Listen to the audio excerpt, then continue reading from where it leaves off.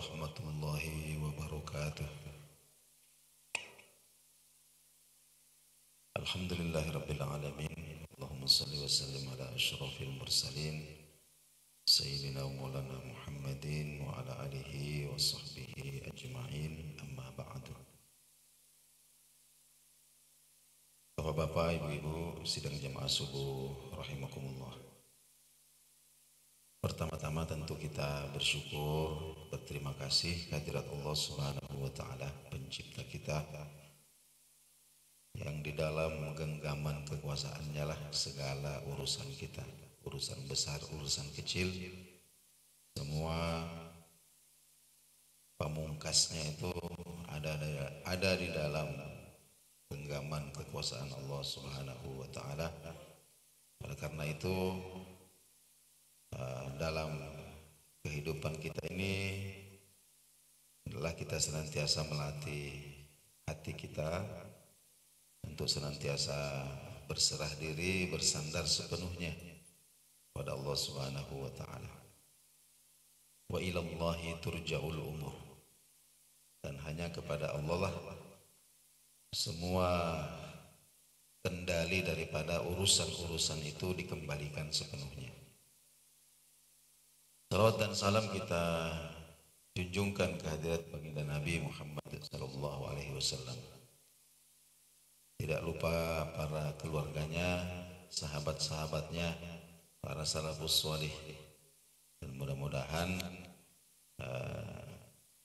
kita yang penuh dengan kekurangan dan kelemahan ini juga dengan rahmat dan anugerah Allah disertakan di dalamnya.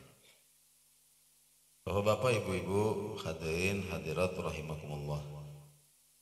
Apa makna tahun baru bagi kita? Sebenarnya kalau kita berbicara hakikat umur dunia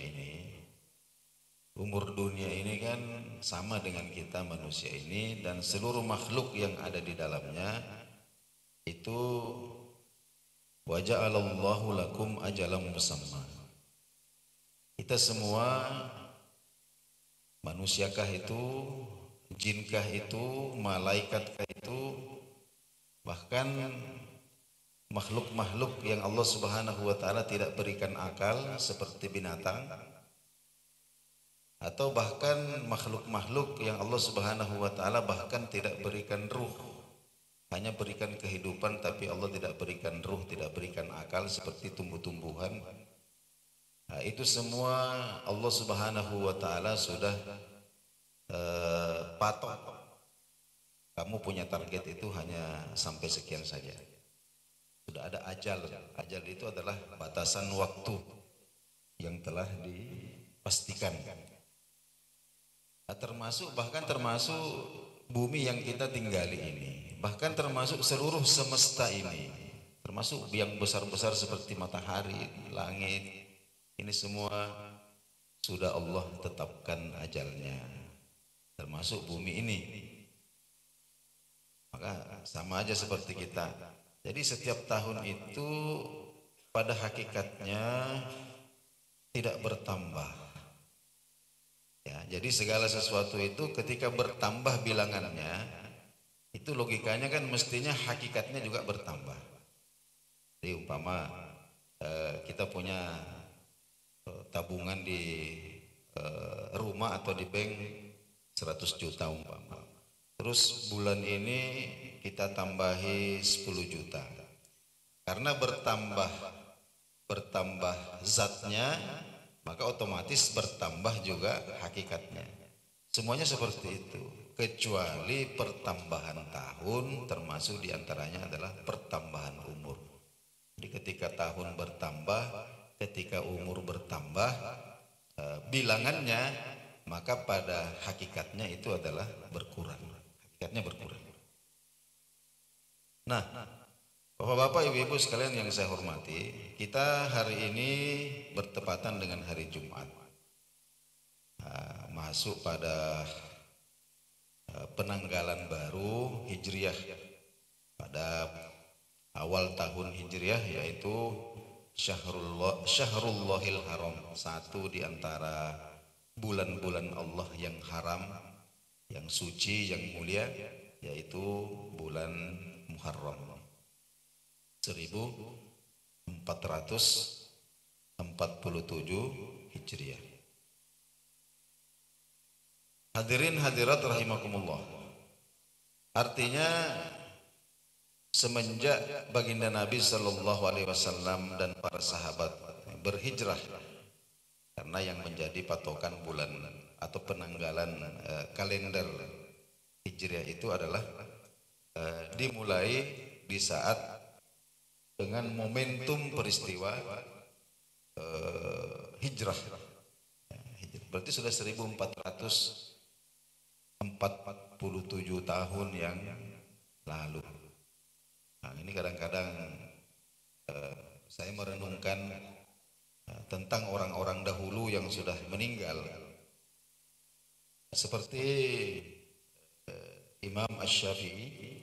Imam Asy-Syafi'i itu wafat tahun 200 sekian Hijriah.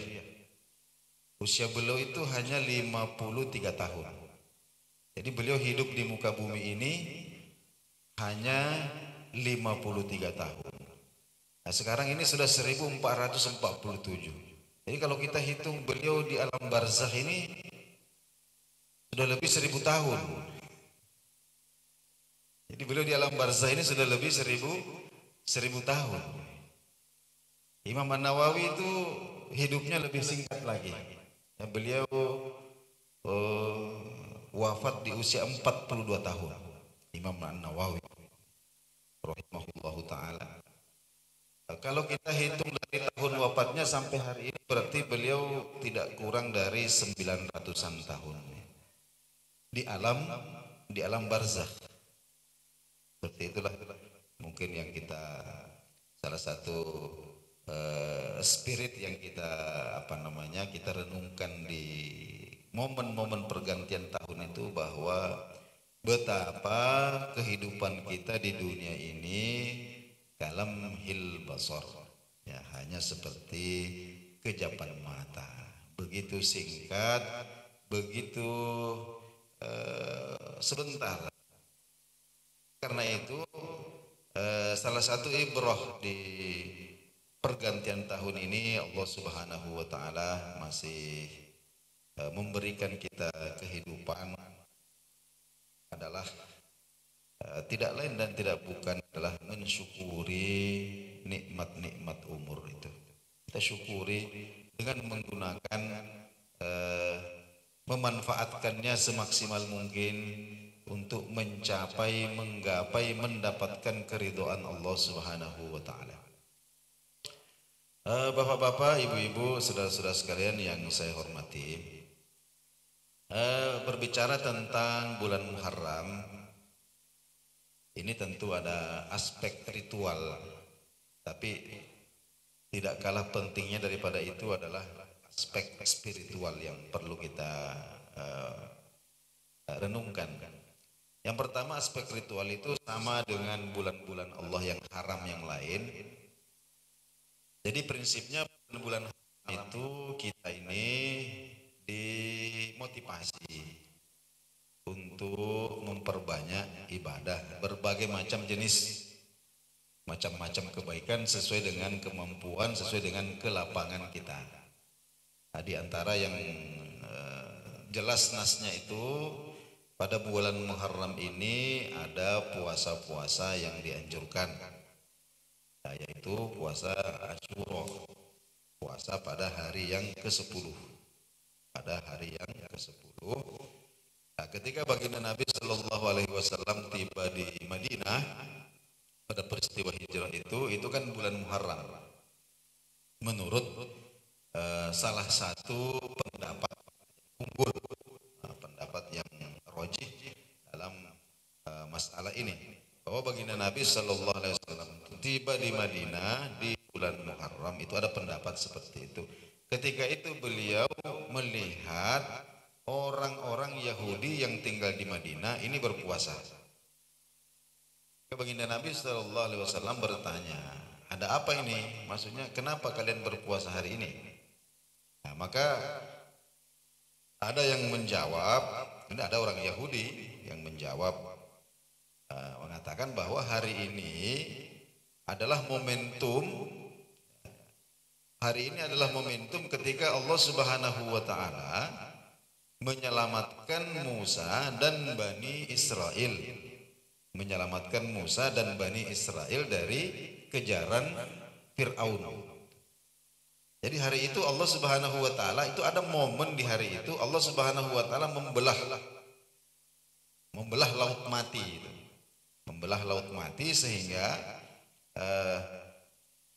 Nabi Musa dan Bani Israel ini bisa selamat dari kejaran Firaun. Dan momen itu terjadi pada 10 Muharram. Maka baginda Nabi sallallahu alaihi wasallam mengatakan, bersabda bahwa nahnu ahaqqu bi Musa minhum. Kita ini umat muslim ini, orang-orang Islam ini lebih berhak atau lebih sepatutnya ya untuk katakanlah menghormati momen itu dibandingkan orang-orang Yahudi ini. Maka ketika itu kemudian Nabi sallallahu alaihi wasallam berpuasa pada hari itu, dan supaya ritual puasa kaum muslimin itu tidak tasyabuh, tidak menyerupai prakteknya orang Yahudi, maka baginda Nabi sallallahu alaihi wasallam juga mensunnahkan kita berpuasa sehari sebelumnya atau sehari setelahnya. Ya, karena orang Yahudi itu hanya berpuasa hanya pada tanggal 10 Muharram itu saja. Maka Nabi SAW mengatakan supaya kita mukhalafah, membedai praktek orang Yahudi. Jadi sama-sama motivasinya itu adalah momentum syukur kita. Kita bersyukur Allah Subhanahu wa taala menyelamatkan Nabi Musa dan Bani Israel pada hari itu, akan tetapi pada praktek ritualnya itu dibedakan. Jadi tidak semata-mata, tidak hanya hari tanggal 10-nya itu, tapi kita berpuasa, kita boleh memilih apakah tanggal 9 namanya Tasu'a, 9 Muharram jadi 9 10, atau tanggal 11 jadi 10 dan 11, atau 10 dan 11. Nah, ini juga ada pembelajaran penting. Bahkan di dalam beribadah pun Nabi sallallahu alaihi wasallam melarang kita untuk tasyabuh, menyerupai orang non muslim dalam ibadah. Apatah lagi di dalam hal-hal yang lain. Katakanlah di dalam tata cara kita berpakaian, di dalam berbagai macam aspek-aspek kehidupan kita itu tasyabuh itu. Karena prinsipnya itu adalah man tasyabaha biqaumin fahuwa minhum. Jadi siapa yang kok mirip-mirip dengan satu golongan tertentu, apakah penampilannya, apakah cara berbicaranya, ya, identitas kita sebagai seorang muslim, sebagai umat Nabi Shallallahu Alaihi Wasallam itu harus ditegaskan. Meskipun kita ini tidak memaksa orang untuk seperti kita, tapi kita punya identitas, ini harus ditampakkan, dizohirkan sebagai simbol, sebagai syiar. Kita bayangkan ya, bagaimana Nabi SAW melarang kita menyerupai orang-orang Yahudi, bahkan di dalam ibadah. Dalam ibadah, oh tidak, mereka berpuasa tanggal 10, kita bedai mereka. Bagaimana caranya? Kita puasa satu hari sebelumnya atau satu hari setelahnya. Itu salah satu poin. Jadi kemudian, adapun secara keseluruhan pada bulan Muharram ini sebenarnya ada hadis Nabi Sallallahu Alaihi Wasallam dari yang dicantumkan oleh Muslim bahwa tidak ada puasa yang lebih afdol di sisi Allah setelah Ramadan melebihi puasa pada hari-hari yang ada pada bulan Muharram. Kemudian tidak ada sholat yang lebih afdol di sisi Allah setelah sholat fardu melebihi sholat lain, sholat tahajud. Jadi ini dua hal dalam Sahih Muslim disebutkan bahwa setelah hari-hari Ramadan maka tidak ada lagi puasa yang lebih utama melebihi itu di sisi Allah melebihi puasa di hari-hari bulan Muharram ini. Kemudian setelah sholat fardu tidak ada lagi sholat yang lebih afdol di sisi Allah Subhanahu wa taala melebihi sholat tahajud. Di hari-hari pada bulan kita banyak berpuasa, terutama puasa-puasa yang telah dinas kesunahannya. Contohnya seperti puasa Senin Kamis. Ya, jadi Senin Kamisnya Muharram. Kemudian Ayyamul Bid. Ayyamul Bid itu ya tanggal 13, 14, 15 Muharram, ketika bulan ini sedang terang dan menuju pada puncak purnama. Kita usahakan, terutama di hari-hari ketika kita memang disunnahkan berpuasa di situ, karena itu nanti sudahlah puasanya puasa di bulan Muharram, dapat juga pahala puasa hari Senin, hari Kamis dan Ayyamul Bid. Kemudian yang sering kali ditanyakan itu adalah tentang puasa 1 Muharram. Adakah itu? Secara umum tadi sudah saya sampaikan hadisnya bahwa seluruh hari-hari bulan Muharram itu baik kalau kita berpuasa. Termasuk tanggal 1. Tapi tidak boleh kita mengkhususkan hanya tanggal 1 saja. Karena tidak ada nasnya yang merujuk bahwa ada kekhususan tertentu berpuasa pada 1 Muharram itu, kecuali bahwa itu termasuk hari-harinya Muharram, bertepatan dengan hari Jumat. Apakah kita disunahkan berpuasa pada hari ini? Karena ini sudah 1 Muharram, artinya sudah masuk Muharram, maka kita sudah disunahkan puasa Muharram. Tapi karena ini hari Jumat, maka berlaku lagi dari yang khusus. Sebab hari Jumat itu hukumnya makruh kita berpuasa kalau hanya hari Jumatnya saja. Kenapa? Karena hari Jumat itu hari raya. Ya, hari raya itu kita senang-senang, gembira, makan. Jadi sudah tepatlah kegiatan kita ini setiap hari Jumat ini acara makan-makan. Ya. Kecuali kalau kemarin Kamis ibu berpuasa atau bapak berpuasa kemarin. Jadi aku mau puasa ini. Kalau kita puasa kemarin, maka hari ini itu sudah sunnah berpuasa. Jadi tidak boleh berpuasa hanya hari Jumat toh, kecuali kita berpuasa sehari sebelumnya atau berpuasa sehari setelahnya. Atau hari Jumat itu bertepatan dengan wirid puasa kita. Contohnya umpama kita menunaikan puasa sehari, tidak. Kok ngepas tiba giliran puasa itu hari Jumat, itu tidak mengapa. Itu sedikit tentang puasa.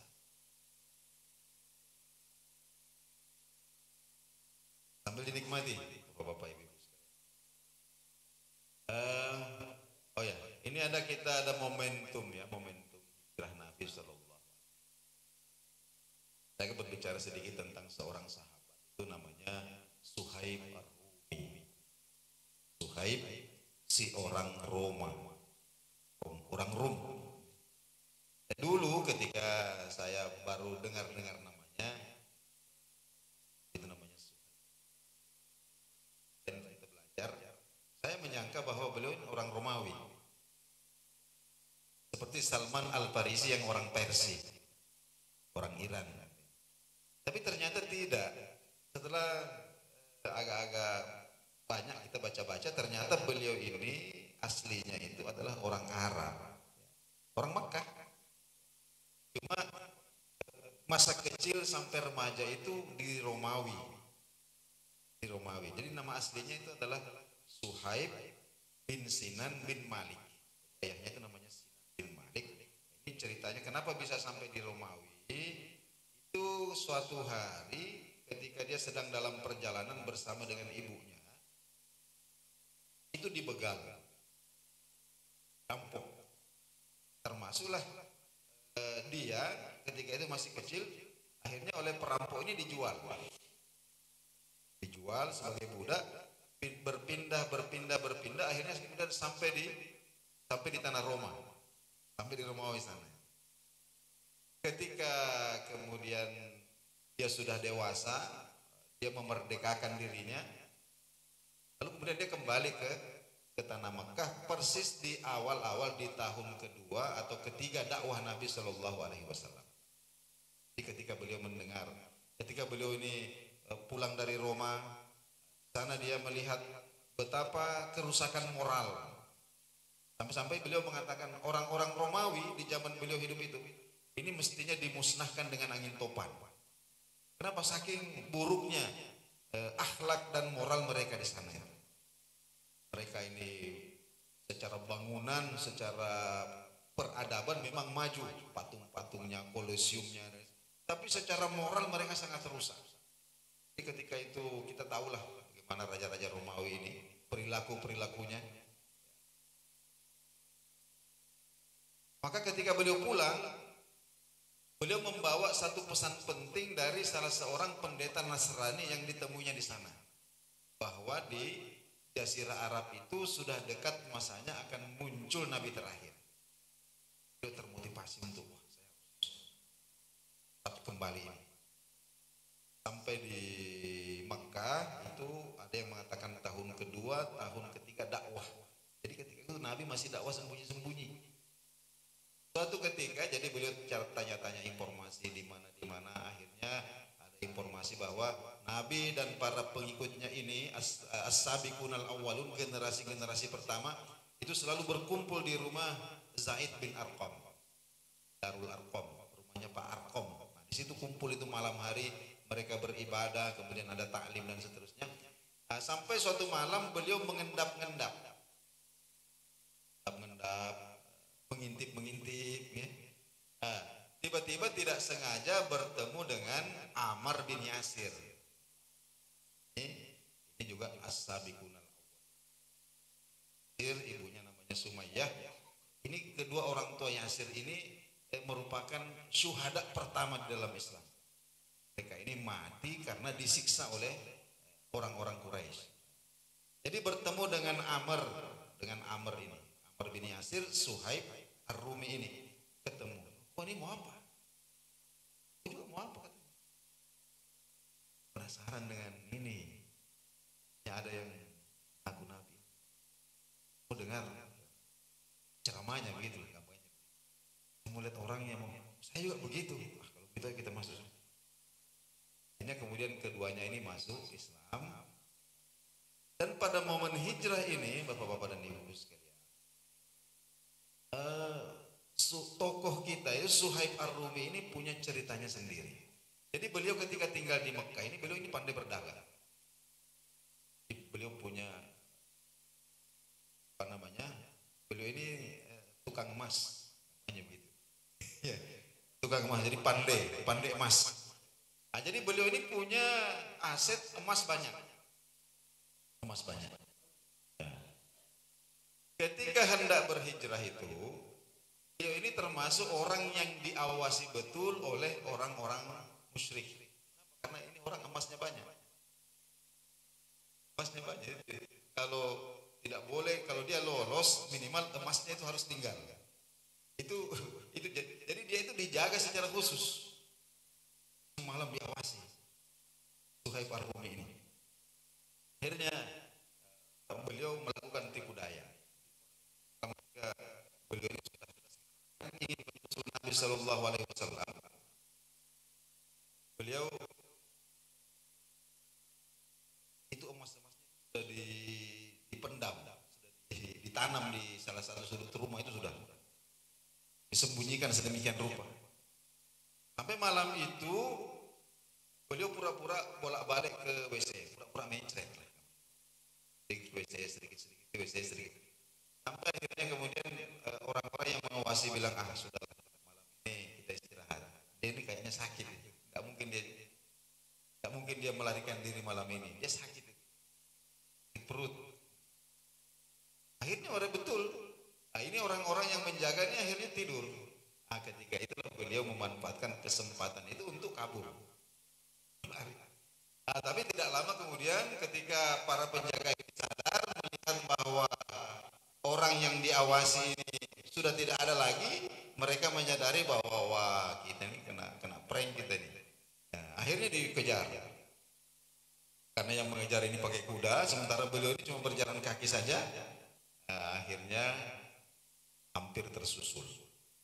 Yang melihat bahwa beliau ini sudah hampir tertangkap, beliau punya azam, beliau katakan begini, saya punya azam lebih baik mati saya daripada kembali ke Mekah. Maka beliau naik di tempat yang tinggi, kemudian busur panah diambil, kemudian anak-anak panah ini ditata di sini. Jadi orang-orang ini mendekat, beliau mengatakan begini, saudara-saudara sekalian, saya tidak ingin menjadi pembunuh atau yang terbunuh hari ini. Saya ingin saudara-saudara selamat, saya juga selamat. Saudara-saudara tahu bahwa saya ini jago panah. Saya jago panah. Dan di sini saya punya 40 anak panah. Dan ini saya tembakkan kepada saudara ini sekarang berjumlah berapa ini datang mau mengebuk. Minimal saya membunuh 20 orang baru kamu bisa dekati saya. Minimal ada 20 orang di antara kalian yang kena anak panah saya baru kalian bisa dekati saya. Dan saya juga masih punya pedang. Jadi hari ini saya tidak akan pulang ke Mekah, lebih baik saya mati di sini. Orang-orang ini juga mikir juga ini, keder juga. Akhirnya mereka mengatakan begini, dulu kamu itu datang ke Mekah dalam keadaan miskin. Kami tidak terima kalau kamu tinggalkan Mekah itu dalam keadaan kaya raya. Maksudnya selama ini kamu cari uang, kamu meninggalkan Mekah ini dalam keadaan kaya. Maka saya mengatakan kalau begitu kami menginginkan emas. Kemudian Suhaib mengatakan, kalau kalian menginginkan emas saya dengan catatan kalian melepaskan saya, maka ambillah semua aset saya. Saya ada tanam itu di sini. Maka ada satu orang yang dikirim untuk melihat betulkah ada di situ. Ini masih diam semua ini, nunggu ini betulkah emasnya ada di situ. Jadi ada yang pulang satu, kemudian digali ternyata betul, kemudian dia pulang mengatakan betul emasnya ada di situ, akhirnya dilepaskan. Jadi ternyata ini orang-orang musyrik ini meskipun hari itu jadi orang Arab itu sejahat-jahatnya orang Arab itu masih pegang janji. Ya oke, emasmu kami ambil, kamu silahkan pergi. Maka ketika itu kemudian Suhaib Ar-Rumi itu betul kemudian berjalan tidak beristirahat siang dan malam. Sampai akhirnya beliau menyusul baginda Nabi Shallallahu Alaihi Wasallam. Ketika itu Nabi baru sampai di Kuba, belum masuk Madinah. Maka ketika melihat Suhaib Ar-Rumi ini dari jauh, maka Nabi Shallallahu Alaihi Wasallam sudah mengatakan kepada Abu Bakar, itu Suhaib datang itu, sungguh beruntung perdagangannya. Jadi Nabi sudah tahu, sungguh beruntung perdagangannya, sungguh beruntung. Artinya apa? Dia menukar kebebasannya dengan emasnya itu perdagangan yang sangat menguntungkan itu. Maka ketika Suhaib ini kan punya panggilan Abu Yahya, dia punya anak namanya Yahya, panggilnya bapaknya Yahya. Maka Nabi mengatakan, ya Aba Yahya, wahai Abu Yahya, arbah tijar, alangkah itu adalah transaksimu, itu adalah transaksi yang paling menguntungkan. Maka Suhaib bertanya, ya Rasulullah, siapa yang memberitahu Anda? Tidak ada orang yang saya di dalam perjalanan saya tidak ketemu. Kenapa Anda tahu? Saya yakin bahwa pasti Jibril yang memberitahu Anda. Maka baginda mengatakan betul. Ini Jibril baru turun membawa ayat. Itu dalam suratul Baqarah itu, wa minan nasi may yashri nafsahu batigha'a mardatillahi. Jadi Allah menyanjung, Allah mencerita, bahkan Allah membuat narasi tentang peristiwa itu. Allah mengatakan bahwa betul-betul di antara manusia itu ya, ada orang yang menjual dirinya. Ya. Artinya dia menyerahkan seluruh apa yang dia miliki untuk kebebasan dirinya, dan kebebasan dirinya ini untuk apa? Ibtigha'a mardatillahi, untuk mencari keridhaan Allah Subhanahu wa taala. Itulah Suhaib Ar-Rumi. Jadi bapak-bapak dan ibu-ibu sekalian, tentu momen ini adalah momen ketika Allah Subhanahu wa taala menampakkan Nabi Shallallahu Alaihi Wasallam itu sudah tidak sia. Ya, bukan karena jumlah pengikut yang banyak, tapi karena keimanan yang berhasil ditanamkan di dalam hati para sahabat. Kita ini seandainya kita hidup di zaman itu, Kemudian oleh Nabi kita diajak berhijrah. Mereka tanya, kita mau kemana? Kita mau ke Madinah. Nanti di sana kita kerja apa? Belum jelas. Nanti kita di sana tinggal di mana? Belum jelas. Tidak ada yang jelas. Kemudian bagaimana dengan aset-aset kami yang ada di sini? Tidak usah dibawa. Nanti kalau diambil orang ya sudah. Oh, bagaimana lagi? Kira-kira kita mikir atau langsung berangkat, Pak? Wah, ini para sahabat ini. Kenapa as-sabiqunal awwalun itu Allah katakan radhiyallahu anhum wa radu anhu? Ya, Allah sudah ridho kepada mereka dan mereka pun ridho kepada Allah. Itu karena itu. Karena mereka ketika datang perintah Allah Subhanahu wa taala, maka tidak ada yang mereka pertimbangkan. Semuanya. Kalau perlu dikorbankan, korbankan semuanya. Yang penting iman ini tidak lepas dari dalam sanubari. Itulah barangkali yang sempat kita jadikan sebagai kajian subuh hari ini. Mudah-mudahan bermanfaat. Wassalamualaikum warahmatullahi wabarakatuh. Alhamdulillah. Mudah-mudahan menjadi pelajaran untuk kita semua. Kehidupan. Demikian, lebih dan kurangnya mohon dimaafkan. Bila menikmati silakan.